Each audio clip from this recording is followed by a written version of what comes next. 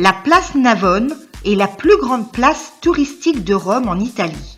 Située dans la partie nord du Champ de Mars, à proximité du Panthéon, elle est construite sur les ruines du stade de Domitien du 1er siècle, dont elle conserve la forme exacte.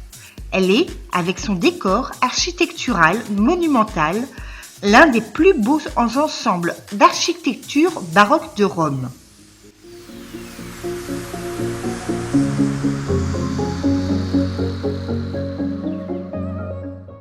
La fontaine de Neptune est la fontaine située au nord de la place Navone. Son bassin a été réalisé en 1574 par Giacomo della Porta, auteur de la fontaine de Mort au sud de la place.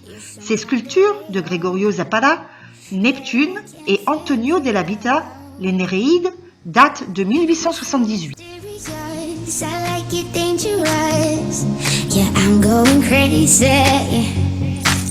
I'm so delirious, it must be serious.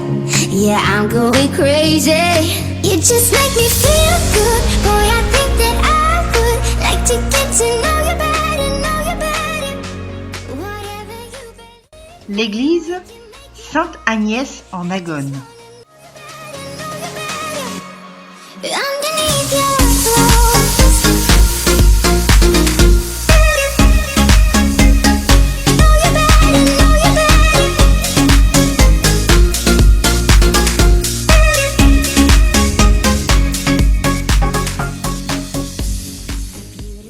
Le palais Panfilj, dont le nom est issu de la famille Panfilj, est un palais italien construit entre 1644 et 1650.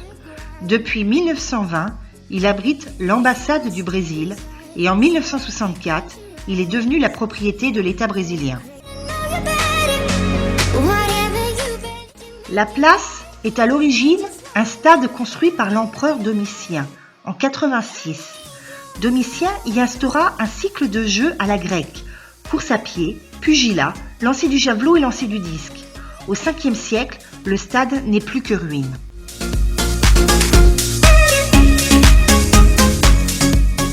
La place est une œuvre phare de l'art baroque, pleine de courbes, d'effets. L'obélisque semble poser sur le vide, une grotte étant aménagée sous sa base, et de mouvements. Elle est un théâtre à elle toute seule, un spectacle en action. L'obélisque est surmonté d'une colombe, emblème des Pamphylie, famille romaine dont le palais se situe sur la place et qui donna plusieurs papes, dont Innocent X, commanditaire de la fontaine. L'origine égyptienne de cet obélisque de taille moyenne, 16,5 m, ne fait aucun doute, puisqu'il est fait de granit rouge de Sienne.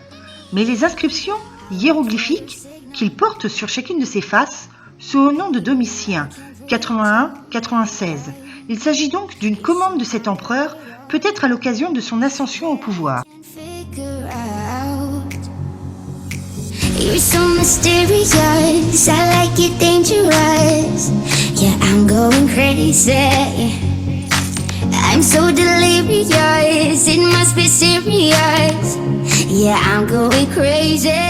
You just make me feel good. Boy, I think...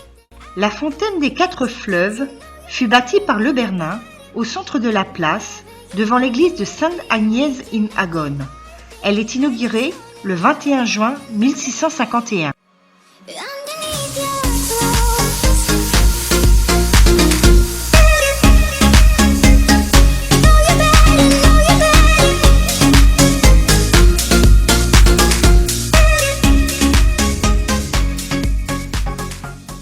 Les 4 fleuves qu'elle représente symbolisent chacun un continent. Le Danube pour l'Europe, le Gange pour l'Asie, le Nil pour l'Afrique. Le visage voilé car on ne connaissait pas sa source. L'absence du continent océanien s'explique par le fait que ce continent n'avait pas encore été découvert par les navigateurs européens. Yeah, I'm going crazy.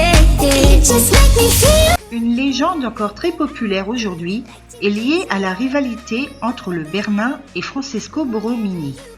On prétend que la statue de Rio de la Plata a le bras tendu de peur d'un effondrement de l'église Sainte-Agnès en Agone et aussi que la statue du Nil couvre son visage pour ne pas la voir.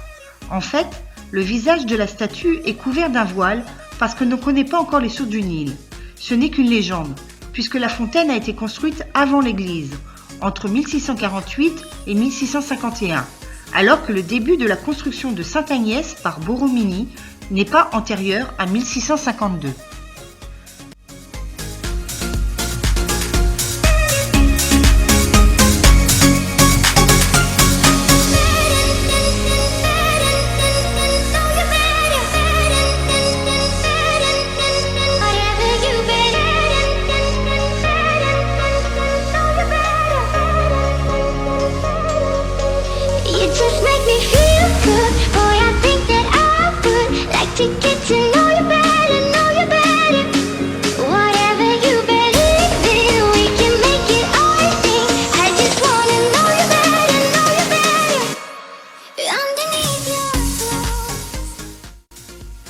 Jusqu'au milieu du 19e siècle, chaque été, on fermait les égouts pour laisser déborder les 3 fontaines. Ainsi, la partie centrale de la place s'inondait pour se convertir en quelques heures en lac de la place Navone.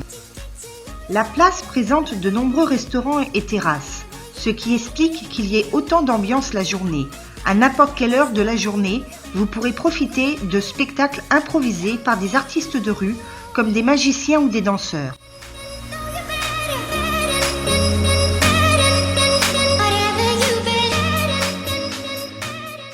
L'église fut construite sur le lieu où, selon la tradition, la sainte, exposée nue à la vue de la population, fut recouverte miraculeusement par ses cheveux. Succédant à l'oratoire construit dès le XVIIIe siècle, l'église fut reconstruite dans le style baroque à la demande du pape Innocent X et de la famille noble Pamphili en 1652.